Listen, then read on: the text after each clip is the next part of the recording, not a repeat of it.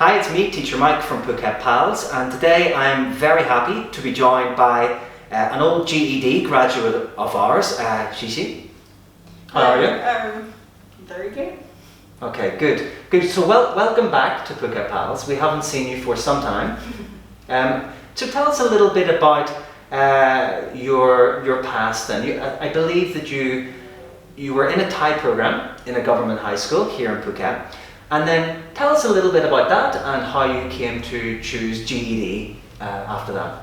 Oh, okay. So as you know, I was studying a Thai program at public school in Thailand, and back then we were having a bit of problems with the schools, and it's not with this school, nothing bad, but it's our choice to maybe find something better to suit ourselves with our lifestyles.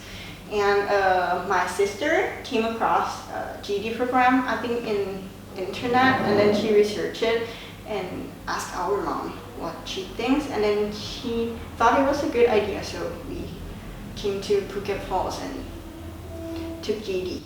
Okay, very good. So you said that GED suited more with your lifestyle. Can you explain a little bit more about that? Oh, okay. So back then we were in high school and we didn't have much time left, after school or even before school. So we were trying to play some sports or do other activities, and all we do back then was to do tutor class and stuff, and just so busy with the school, so we didn't have much time to do anything else than studies.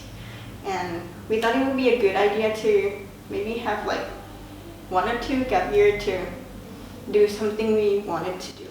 That's an interesting point, and it's a point I've been pushing with many students here in Phuket for a long time now. That is the idea of doing GED does free up your schedule, so to speak, and enable you to do things that you wouldn't usually do if you were in M4, M5 and M6. So what kind of things were you doing in your free time? How did you make use of this extra time that GED provided you? So first of all, it is very advantageous for us to prep for uni and stuff, because we have much more time than people our age, and it's easier to just do it little by little than to just cram it up in the end. And then we were doing sports, lots of sports, so we have much more time to do sports with easier life, easier schedule. We don't have to do schoolworks or study for tests, just to get past it. Okay, very interesting, very interesting. I hear at least a story or two every week of someone who talks about how GED has freed up their schedule, allowed them given them more time to be able to follow their dreams, whether that be in sport, whether that be an academic interest, or there are many other reasons as well. So that's really cool. Thanks for sharing. So in terms of students at your Thai high school, what kind of frustrations did some of them have, and how do you think that GED could stop these frustrations from happening? It is definitely going to be irrelevant tasting, and just study to get past the test, and you don't actually learn anything by doing that. So I think what GED did is to make you learn some more thing, and just to broaden your knowledge, not just in school.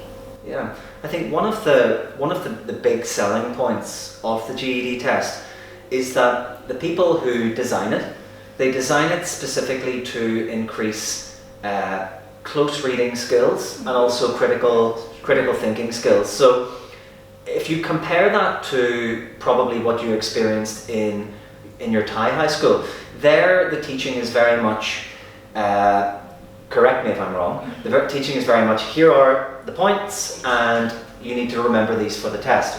One of the main selling points, I believe, of the GED test is that it encourages kids to think critically and also to read closely. And critical thinking skills and close reading skills, they're the two most important things you need as you go forward into further education, whether that be at a college or a university.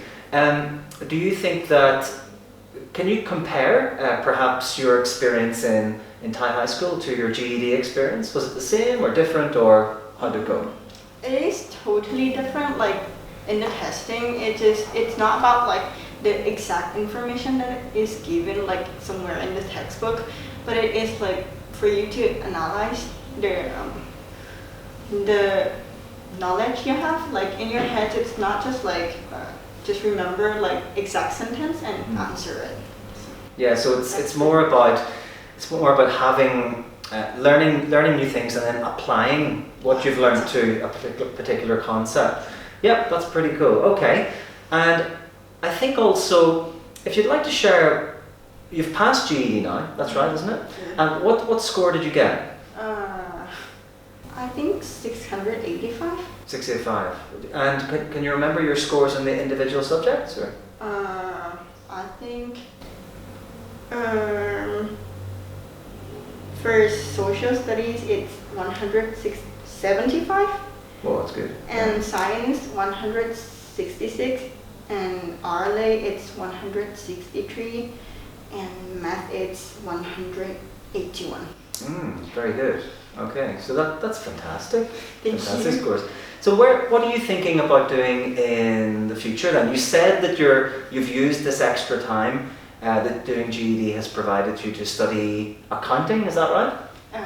I hope so. Like hopefully I could study in accounting and in Bangkok or maybe somewhere if something better came up. So we would do that. Okay, very good. So do you see your future then as being an accountant? Is that what you'd like to do? I guess.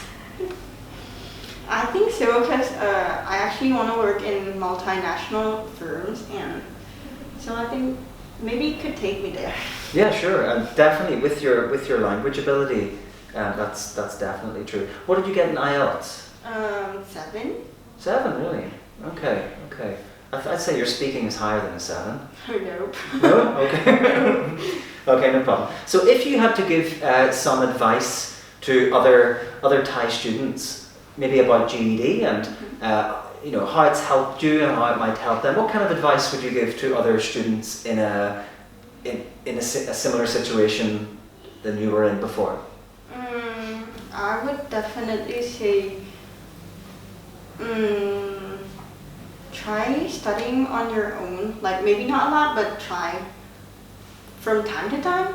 And I think it will help a lot with GED because there's a lot of information going on with like the 4 subjects, and maybe for RLA practice reading and writing a lot because it does help a little, like maybe not much but a little, because for the test it's really pressed for time, and so you will need to do that.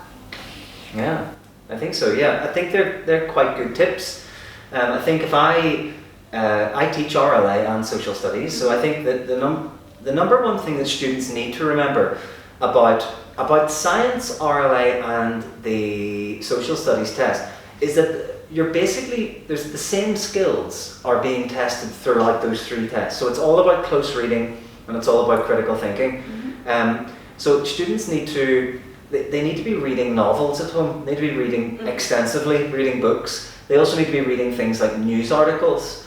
And the internet is completely full of fantastic websites where you can practice these reading skills. Things like websites like Common Lit is a very, very good one. And readtheory.org is a very, very good website as well to practice these skills. Have you ever heard, you mentioned that you might go to university in Bangkok, but maybe somewhere else. Have you ever heard of the University of the People?